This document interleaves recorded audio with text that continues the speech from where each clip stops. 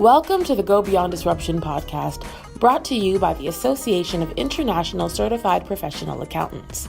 Exclusive weekly conversations about how emerging tech is changing accounting, business, and finance. Now more than ever, we all must think differently about what we do and how we do it. Being bolder, breaking convention, going beyond the old comfort zones. It's Women's History Month, so all March, we'll hear exclusively from female guest experts who've done just that. Women from around the world who are impressively ahead of the curve, leading innovation in everything from blockchain to robotic process automation, artificial intelligence to human intelligence, and data analytics to cybersecurity. Subscribe to this podcast for free, and together, we'll go beyond disruption. Welcome once again to the podcast series. My name is Heather O'Connor. I recently had the good fortune to interview Dorie Clark. She's an author, coach, keynote speaker, and expert on entrepreneurialism and reinvention. Here's our conversation on reinvention and the many ways to expand your horizons and grow. I had this kind of little script going on where I was thinking that we're at this weird time and people are talking more and more about reinventing themselves.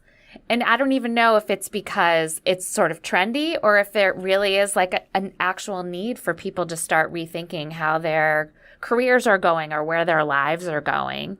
What's your take on that? Yeah, I was actually last month in Aspen for a session run by the Aspen Institute on the future of work. And one of the people who was part of the roundtable that we were doing was a guy named John Seeley Brown, who's a sort of well-known future thinker, specializes in a lot of internet topics. He's with Deloitte's Center for the Edge, which is a think tank that they have. And he has done research which leads him to the conclusion that the average half-life of skills is now currently about 5 years. So meaning whatever skill you are learning, this is accepting the sort of classic ones like being able to write or something like that. But in terms of a new professional skill, let's say, the average half-life of it is 5 years, after which it just kind of evaporates and maybe isn't so useful anymore. You think about learning to program a new computer language or something like that. Well, guess what? There's probably a newer, better language that's coming along. And so there is actually, because of the dramatically increased pace of change, plenty of people have talked about the shortening, for instance, of the lifespan of companies on, the Dow Jones or the S&P 500 or something like that, that there were these industrial stalwarts that used to last for, 50 years, 100 years, and now it's shrinking down dramatically, their tenure on those lists. And the same thing is happening at a micro level for individuals. The things that we've learned, that we've trained for, are, for better or for worse, becoming obsolete very rapidly. And so if we are going to be successful, it certainly presents a lot of new opportunities, because it means that the existing power structure isn't necessarily going to stay the same. There's a lot of chance for disrupting it, but it also means that you have to be smart about investing in your own learning, and you have to be willing to do it. So reinvention is certainly not just these days a nice thing to have. It is in many ways mandatory. Yeah, I get you. And I really like that you talked about willingness too. So it's not, because people can go, yeah, I know I'm supposed to change, but that getting yourself motivated and actually taking the steps to do it are another thing. How do you get started? Yeah, so when it comes to reinvention, I think that the problem that a lot of people have with making any kind of change is that if all you're doing is looking at the desired future state, it may seem really far in the future, it may seem hugely unattainable, and that's intimidating, right? Because it's like, well, where do I start? How do I do it? It seems like it would take 1,000,000 years. Is anything that I do going to show any effect? And in a lot of ways, it's like if you needed to lose weight and you needed to lose 100 pounds, it might feel like, oh my gosh, is there even a point to trying, because it seems really far off.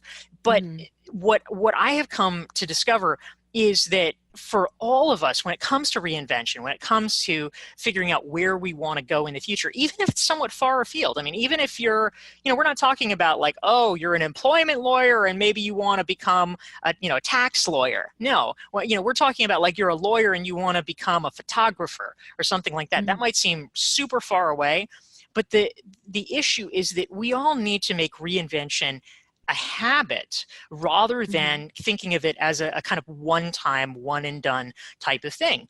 So for instance, the work of Rita McGrath, who's a colleague of mine at Columbia, and she's one of the great strategy thinkers in the world, came up with a book a few years ago called The End of Competitive Advantage. And she talked about how the most successful companies have really changed how they think about innovation. That in the past, innovation was thought of as like, sort of this one-time thing, like, oh gosh, now our patent's going to expire, we better innovate now.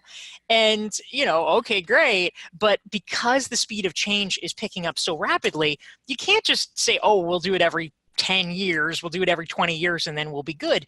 The best companies are now baking in innovation as a continuous ongoing process. They're considering it part of their core capabilities. That is what we as individuals need to do. So instead of thinking about reinvention as this massive disruption that you do maybe once or twice in your life, we need to think about how we can flex that muscle regularly so that it doesn't feel so disruptive.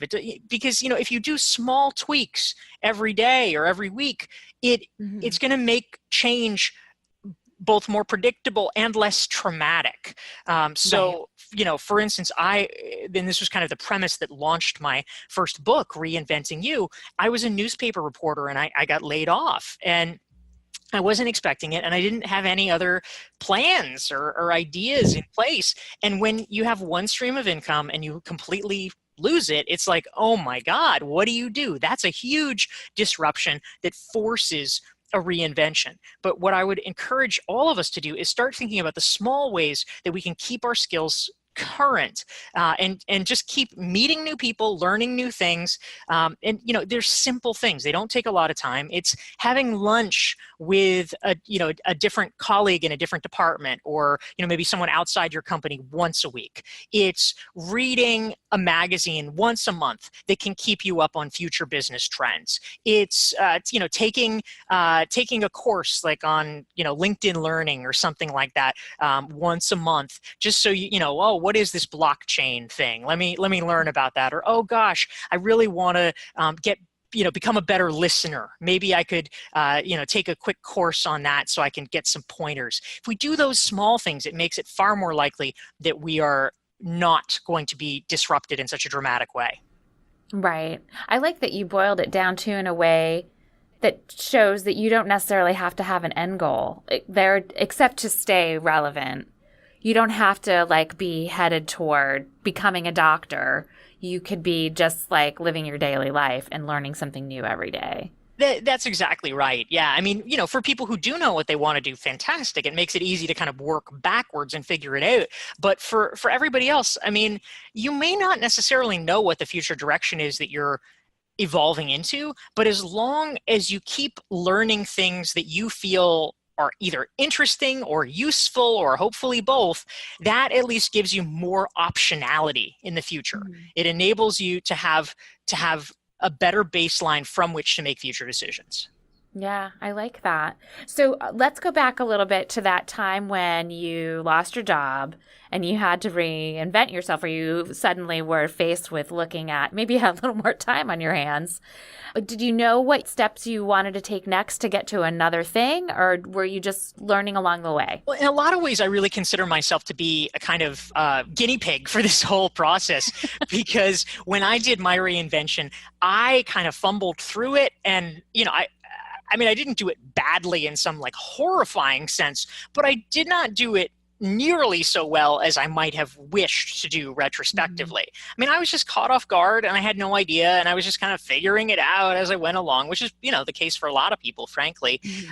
And so when I wrote Reinventing You, which was my first book, it came out from Harvard Business Review Press in 2013, I really wanted to create a kind of roadmap for people so that if they were either contemplating a change proactively or if they found themselves somehow thrust into a reinvention, that they would have the tools on hand so that they could do a better and smarter and faster job with their reinvention than I did.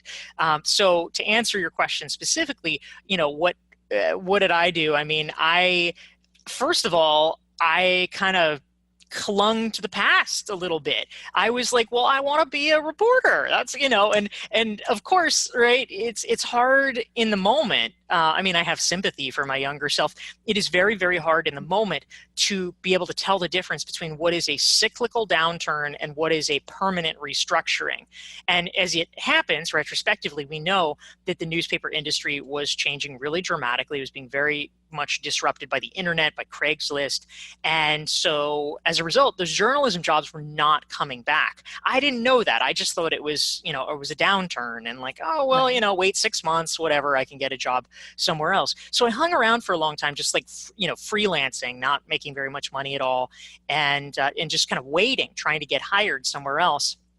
However, something that I did do, which I give myself credit for, I had been a political reporter, and about 6 months into being laid off, got offered a position as the press secretary on a governor's race.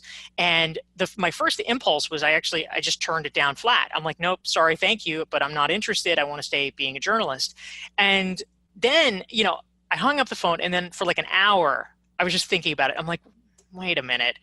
This is like the best opportunity you've had in a while, and it's an interesting campaign, and these journalism jobs don't seem to be coming around. Maybe you need to recalculate. And so I called them back and I said, you know what, actually, I think I would like to be considered for this. And so that precipitated really my first reinvention, which was my transition from being a journalist into politics. So I think that sometimes we have to give up the ghost of what we thought we wanted or what we had initially hoped for, and respond to opportunity, respond to market conditions, and hopefully hop onto something better. Right. And opportunities sometimes put themselves out there for you to grab onto, which is also a sign that you maybe need to take advantage of them. I love that. This is interesting because sometimes people don't have those opportunities. So I want to ask you, and maybe you had a chance to look back when you were writing the book, like what would you have done if that opportunity hadn't presented itself? Yeah, I mean, I think that over a long enough time period, everyone has opportunities of one sort or another. You can't necessarily predict when something's going to come down the pike or exactly what form it's going to take, but I think that if you are doing the work, the work being when you're in the process of reinvention, number one, trying to attain clarity about what it is you really want. Number two, building your network, because I think this is a place where a lot of people fall down, is that they have built very homogeneous networks. And so the people that they know are just like, they're the people who either work at their company or they're the people who are in this exact same field as them. And they may want to make a transition, but they run into this problem where like, oh my gosh, I don't know anyone in that field. And not only that, I don't know anyone who doesn't work literally at my company with me right now. And, right. That's a challenge, but it's a correctable challenge. People just need to have the willpower to take proactive action. That's not going to fall in your lap. You have to be reaching out and pinging people, asking, for a lunch, for a coffee, asking your friends to make introductions, things like that. And if over time you're clear about what you want, you're working assiduously to build your network, you're expressing to those people what you're looking for, and you're continuing to upgrade your skills, by taking that course or, doing that workshop or, reading those books, whatever it entails, that will put you in the position where opportunity can come to you. Yeah, I gotcha. That's really smart. And I like that you brought up networking because I think that's a place some people really struggle with. It can be uncomfortable. It's easy to get complacent and go, I'm too busy to go have lunch. I suffer from that terribly. Do you have any advice for people who are shy about networking, who just find it really uncomfortable? Sure. And in fact, I actually wrote an ebook called Standout Networking, which sort of dives into this in more depth. But, I very much relate to this. I'm an introvert, and, sometimes people don't believe that somehow because I do a lot of keynote speaking and things like that. But, if you go into the technical definition of introversion versus extroversion, it doesn't have anything to do with your comfort in public speaking or something like that. It's really a question of where do you get your energy from? When you're spending a lot of time hanging out with people, does that energize you or does that deplete you? And in my case, for better or for worse, it sort of depletes me. And so I have to recharge by myself or recharge in quiet ways. So I've learned to be very cognizant of how I am spending my time and how I am managing my energy around that. So I have a lot of empathy for that.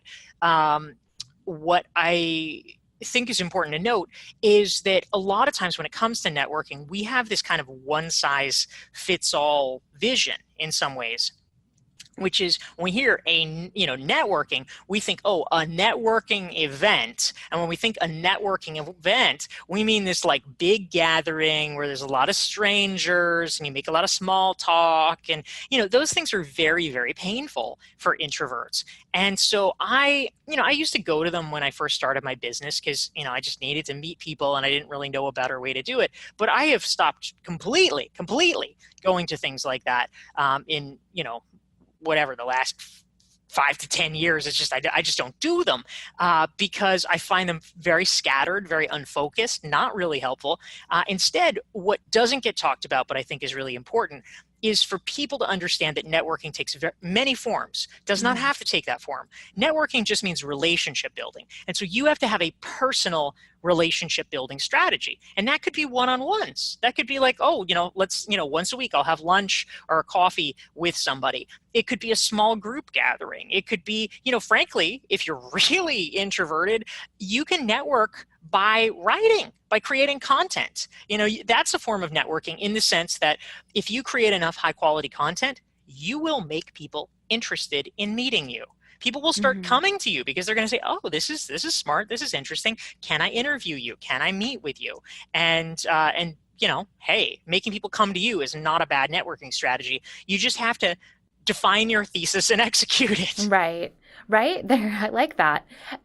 Here's a question, because I think through networking, you meet those people who can kind of inspire you to the next thing that you might want to do. Who inspires you, or did you seek out help for inspiration, or did you seek out coaching? I think one of the important things is understanding that at different times in your career, you're going to need different resources. And so, yeah, absolutely. I think that coaching and getting help from people is very important. I also think it's important to realize that based on where you are, it's probably going to take different forms.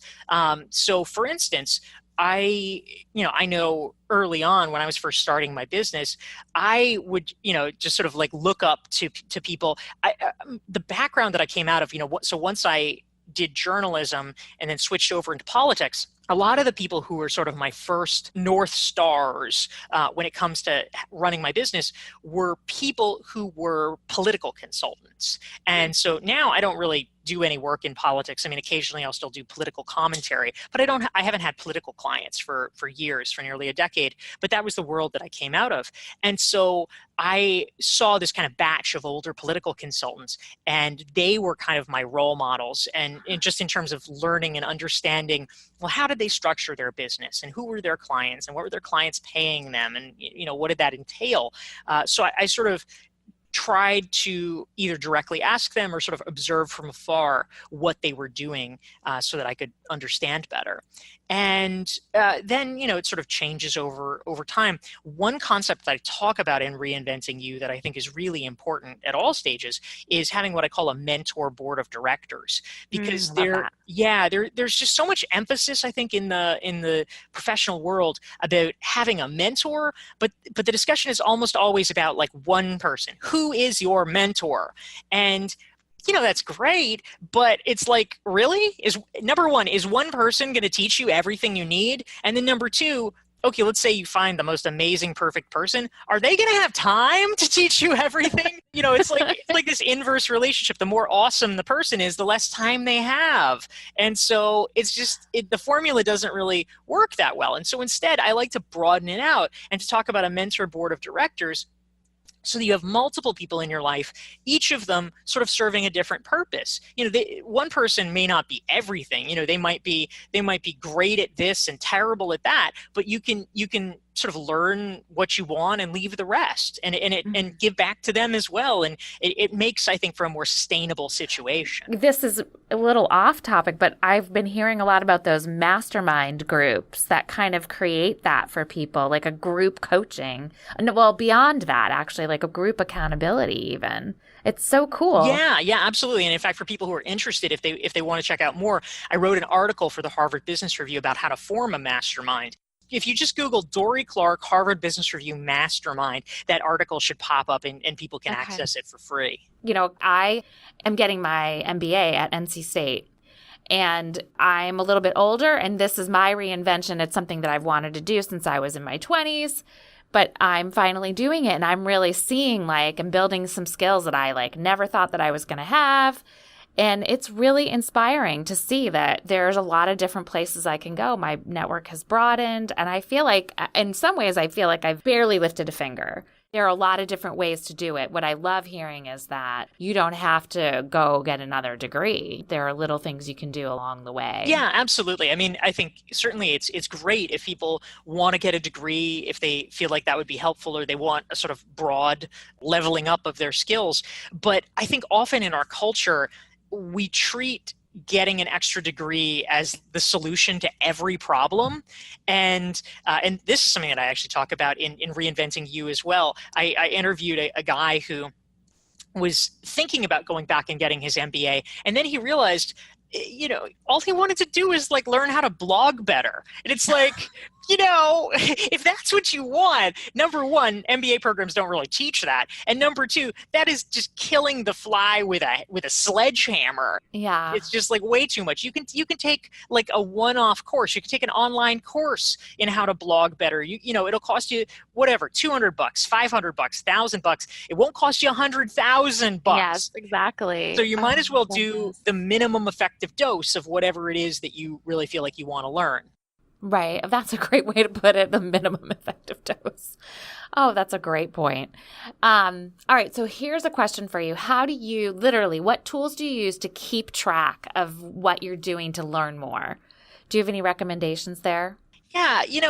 One of the biggest problems that I find is that people just get overambitious with their goal setting. And I created an online course called Be More Productive, where I talk about this in depth, and it's kind of building on concepts that I've written about for the Harvard Business Review. But one of the biggest challenges that I've seen is that people, of course, there's one group of people that just doesn't set any goals, and they kind of go whichever way the wind blows. But then on the other end of the pole, you get a lot of very hyper motivated, hyper responsible people, and then they set too many goals. And it's they're confusing their to-do list with their goals. And they're like, oh, I have 50 goals. It's no, you don't, because all those things cannot be goals. It's not going to fly. A goal should be an overarching area of focus. And there might be many sort of sub-tasks associated with that goal. But if your goal in 1 year is, I'm going to write a book, I'm going to launch a podcast, I'm going to get promoted, I'm going to come up with 3 new income streams, and I'm going to get married, and I'm going to buy a condo. And it's no! You don't have to do everything. I think, honestly, the biggest thing that you can do is just limit your goals. What I like to tell people, part of my methodology, is that you have no more than 2 professional goals at a time.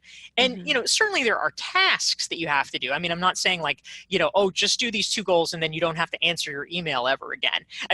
Clearly, if your boss needs to get in touch with you, yes, even if it's not your goal, you need to get back to your boss.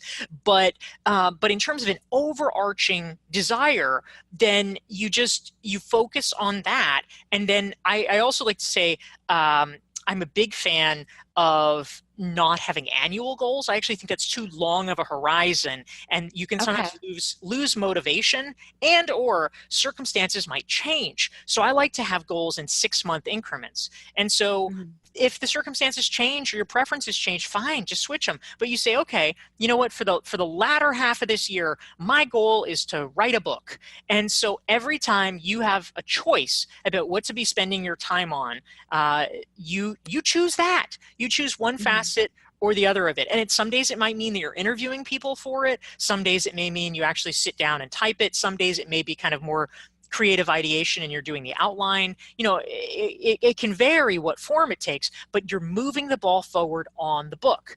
And then at the end of the year, you say, okay, how did I do making progress? Do I still want to focus on doing this book? Is it still a good idea? And if it is, great. You make it your goal again for the next 6 months until you finish the sucker. But if you've decided, you know what, I'm actually not even really that interested in this topic anymore, then no worries, do something else. But you have that opportunity. I like that. I do think that that's one of the actual problems in the working world that we're starting to see is there are those yearly goals that you do for your company, for your professional progress within an organization. But increasingly, it's looking like you got to do those quarterly or every 6 months because it's just not realistic. Things are changing way too rapidly. I like that. This is motivating me to do all those things that I kept saying I was going to do. Eventually, it'll happen, right? Like the rising tide will have taken me through to graduation. That's fantastic. So you can start thinking now. I mean, all the things that you might be like, like people beat themselves up like, I should be doing this. I should be doing this. It's like, you know what? No, not right now. You're finishing a degree. That's a project. That is a big goal. And you just don't have the bandwidth for some other big goal right now. Starting in January, then you can say, you know what, that's when, I get to pick my new goal. And that can be really exciting because all this space and time has opened up for you. And so right now you can start kicking it around and sort of savoring it like, what will I do when I have more time? But now is not the time to do it. Now is just the time to have fun thinking about it. And then in January is when you can do it. I like that. Thank you. And thank you. No pressure because that's right. Like I can worry about it later. I don't have to feel like I'm not being productive in the meantime. Exactly. Dorie, if our listeners wanted to learn more about what you do and the books you've written, where can they learn more? Well, thank you so much. If folks are interested in learning more, whether it's about masterminds or goal setting or just how to reinvent themselves more effectively, I have more than 500 free articles available on my website, which is dorieclark.com, DORIECLARK.com. And one resource in particular that might be useful is I have a questionnaire. It's a 42-page self-assessment questionnaire called the Standout Self-Assessment that really helps you figure out about your unique strengths and your breakthrough ideas that you can help spread at work. And if folks are interested in that, they can get it for free at dorieclark.com/join, JOIN. I can't thank you enough for being here with us. You're an author, you're a coach, you've got a lot going on, and you spent all this time talking to us. Well, thank you so much. I'm really delighted to get to talk with you guys. It's great. I think this is going to be great for our members, and they're going to appreciate the lessons that they've learned from you. Fantastic. Thanks for listening to this special episode of Go Beyond Disruption, highlighting trailblazing women in the tech space and human intelligence. This podcast is brought to you by the Association of International Certified Professional Accountants. For more information about today's topic, search for us online with keywords Go Beyond Disruption. Feel free to share your thoughts with us on social media using the hashtags Human Intelligence, Go Beyond Disruption, or AICPA Women Lead. This podcast is designed to provide illustrative information with respect to the subject matter covered and does not represent an official opinion or position of the AICPA or AICPA.org. It is provided with the understanding that the AICPA and AICPA.org are not engaged in offering legal, accounting, or other professional service. If such advice or expert assistance is required, the services of a competent professional person should be sought. The AICPA and AICPA.org make no representations, warranties, or guarantees as to, and assume no responsibility for, the content or application of the material contained herein, and especially disclaim all liability for any damages arising out of the use of, reference to, or reliance on such material. Such material. Such material. Such material.